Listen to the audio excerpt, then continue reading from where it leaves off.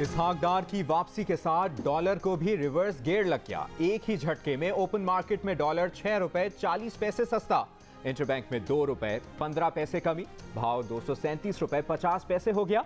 Stock market में भी मुस्बत रुझान, कारोबार के दौरान 100 इंडेक्स में 450 से ज्यादा पॉइंट्स का इजाफा। इसहाक डार को पाकिस्तान में महंगाई में कमी, डॉलर को काबू करने और मईशत की तरक्की का भी टास्क दिया गया है।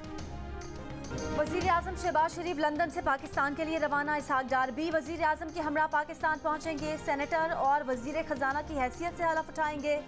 इसहाक डार का कहना है कि जिस ओहदे को छोड़कर गए थे उसी को वापस संभालेंगे। 2013 से 17 के दौरान बेहतरीन मईशत छोड़ी, उसी पोजीशन पर वापस लाएंगे। इसहाक डार की सेनेट की नशिस्त खाली करार देने के केस की समाअत। क्या इसहाक डार को तवील गैर हाजिरी के बाद सेनेटर का ओहदा उठाने की इजाजत होगी? इलेक्शन कमीशन ने फैसला महफूज कर लिया। अब जो आ रहा है पाकिस्तान का सबसे बड़ा कॉनमैन इसहाक डार, नून लीग की गवर्नमेंट थी, नैब ने इसको सवाल के लिए बुलाया तो क्योंकि जवाब नहीं दे सकता था मुल्क से बाहर भाग गया और प्राइम मिनिस्टर के जहाज में मुल्क से बाहर गया। अब वापस आ रहा है और वापस आ रहा है डील के तहत। इमरान खान कहते हैं इसहाक डार डील के तहत वापस आ रहे हैं। इसहाक डार जवाब नहीं दे सकते थे इसलिए भाग गए। ये दावा भी किया कि एक और ऑडियो आने वाली है जिसमें मरियम अपने वालिद से कह रही हैं फिक्र न करें, इलेक्शन कमीशन तोशाखाना में इमरान खान को नाअहल करने वाले हैं। जीसी यूनिवर्सिटी लाहौर में खिताब करते हुए चेयरमैन पीटीआई ने कहा, हम तो रूस से सस्ता तेल और सस्ती गंदम लेने के लिए मुज़ाकरात कर रहे थे। मौजूदा हुकूमत को हुक्म मिला कि रूस से पेट्रोल नहीं लेना। एक तरफ अमेरिका पर तनकीद, दूसरी तरफ अमेरिकी सफीरों से मुलाकात, लॉबिस्ट से खिदमात की जा रही हैं। पाकिस्तान की अवाम सब कुछ माफ करने को तैयार है लेकिन मुनाफकत नहीं। बिलावल भुट्टो जरदारी की वाशिंगटन में जियो न्यूज से गुफ्तगू।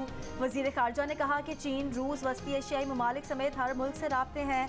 अब अमरीका के साथ दो तरफा ताल्लुकात पर बात होगी। कोशिश रही है कि अमरीका से अपने ताल्लुकात को रीसेट करें, ताल्लुकात को अफगानिस्तान के तनाजुर में ना देखा जाए।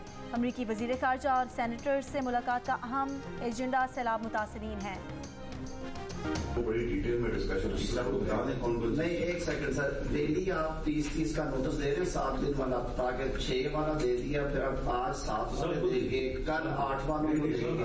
अभी टोटल दिया है इन्होंने सबको नोटिस, बट एक लिस्ट दी है कि आप लोगों ने आके 6 को मिलना है, हमारी आज डिटेल मीटिंग आज हम टाइप करा के वो हम लीडरशिप को देंगे कि अप्रूवल देंगे। जिस तरह से लीक हुआ है इसके नतीजे में तो पाकिस्तान को एक नेशनल सिक्योरिटी क्राइसिस का सामना है। हैकर अब ये क्लेम कर रहा है जो पाकिस्तान के सिक्योरिटी इदारों के दरमियान के सरबराहान की गुफ्तगू भी उसके पास मौजूद है। यानी हुकूमत पाकिस्तान इतनी ब्लैकमेल हो रही है इस डाटा के ऊपर, अब वो ये डाटा जिन्होंने चोरी किया है उनसे ख़रीदने के ऊपर गुफ्तगू कर रही है।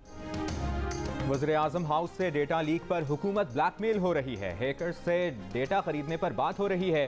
फवाद चौधरी का दावा, रहनुमा पीटीआई का कहना है कि लीक के नतीजे में कौमी सलामती बहरान का सामना है। हैकर दावा कर रहा है कि वज़ीर आज़म हाउस का दौरा करने वाले सिक्योरिटी सरबराहान की ऑडियो रिकॉर्डिंग भी मौजूद है।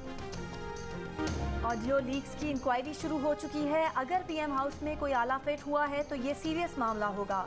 वज़ीर दाखिला राना सनाउल्लाह की प्रोग्राम नया पाकिस्तान में गुफ्तगू। ये भी कहा कि इंक्वायरी ऐसी टीम से चाहते हैं जिसमें तमाम एजेंसियों के आला सतह के लोग शामिल हों। वज़ीर दाखिला ने कहा कि इन वीडियो ऑडियो से ये नतीजा अखज़ नहीं किया जा सकता कि वज़ीर आज़म हाउस की सिक्योरिटी ब्रीच हुई है। ये तय नहीं कि ये गुफ्तगू पीएम हाउस में हुई, हो सकता है किसी और जगह हुई हो।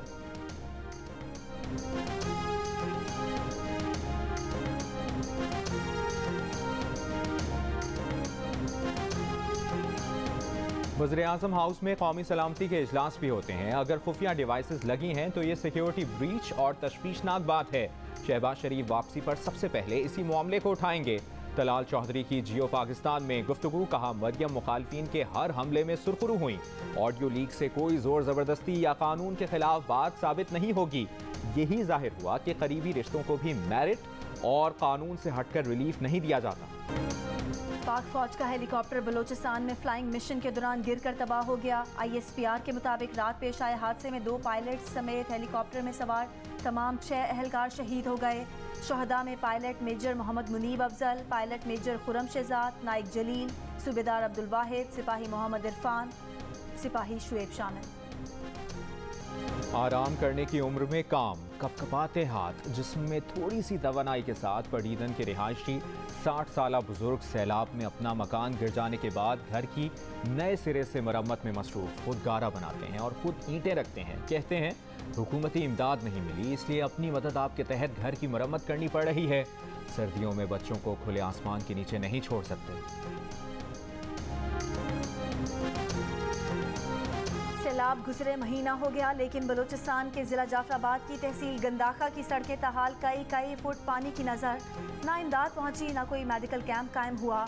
गुज़िश्ता महीने से तहसील गंदाखा का राब्ता पूरे पाकिस्तान से मुनक़ता है, जो अब तक बहाल नहीं हो सका।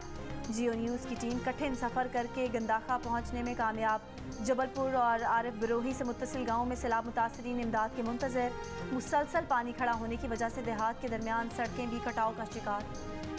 लंदन में तहरीक इंसाफ के हामियों ने मरियम औरंगजेब को घेर लिया, बदतमीजी की इंतहा कर दी, बेहुदा जुमले कसे, घटिया इल्जामात लगाए, गालियां दी, चोर चोर का शोर मचाया, सड़क पर चलना महाल कर दिया, कॉफी शॉप में लाउड स्पीकर लेकर घुस गए। मरियम औरंगजेब तहम्मुल से तूफाने बदतमीजी बर्दाश्त करती रहीं, हंगामा करने वालों की वीडियो भी बना ली। कुछ देर बाद दुकान पर मौजूद एक और खातून से हंगामे पर मुकालमा भी हुआ। मरियम औरंगजेब ने कहा कि इमरान खान की नफरत अंगेज सियासत का अपने भाइयों बहनों पर जहरीला असर देखकर दुख हुआ। अफसोस वो इमरान खान के प्रोपेगेंडे का शिकार हैं, लोगों को मुत्तहिद करने के लिए काम जारी रखेंगे। अक़वाम मुत्तहिदा के सेक्रेटरी जनरल एंटोनियो गुतेरेस का कहना है कि सोशल मीडिया प्लेटफॉर्म्स गुस्सा और मनफी जज्बात को परवान चढ़ा रहे हैं, जिसकी वजह से मुआशरों को नाकाबिल तलाफी नुकसान पहुँच रहा है। नफरत पर मबनी बयानात और गलत मालूमात तेज़ी से फैल रही हैं। हमारी मालूमात इस सिलसिले में इस्तेमाल हो रही हैं। इस रुझान से निमटने के लिए इक़दामात की ज़रूरत है। सिंध हाई कोर्ट ने आइंदा समाअत तक बिजली के बिलों में KMC टैक्स की वसूली रोक दी। जस्टिस हसन अजहर रिजवी ने रिमार्क्स दिए, जब एडमिनिस्ट्रेटर कराची अदालत को मुतमईन कर देंगे, हम टैक्स बहाल कर देंगे। जैसे रिकवरी करना है करें, के इलेक्ट्रिक से ना करें। जो टैक्स अदा ना करे उसकी बिजली ना काटी जाए। किसी थर्ड पार्टी से रिकवरी करने की हिदायत। जस्टिस हसन अजहर रिजवी ने यह भी कहा कि शहर में सफाई तो हो नहीं रही है, पैसे ले रहे हैं तो सर्विसेज तो दें।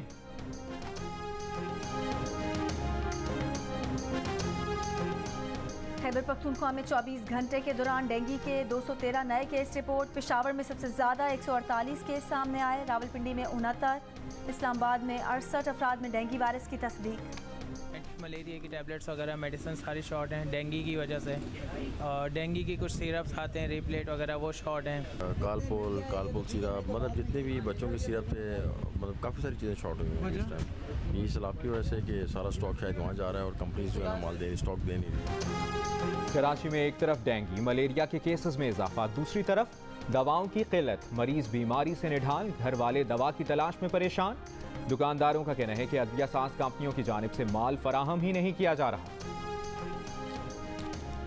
सारा इनाम कत्ल केस में मुलजिम शाहनवाज अमीर का मजीद 3 रोज़ा जिस्मानी रिमांड मंजूर। सीनियर सहाफ़ी और मरकजी मुलजिम के वालिद अयाज अमीर का मजीद 1 रोज़ का जिस्मानी रिमांड दे दिया गया। मुलजिम शाहनवाज अमीर की वालदा समीना शाह की जमानत कबल गिरफ्तारी मंजूर। मुलजिमा समीना शाह की 50,000 रुपये के मचलकों पर अबूरी जमानत मंजूर की गई।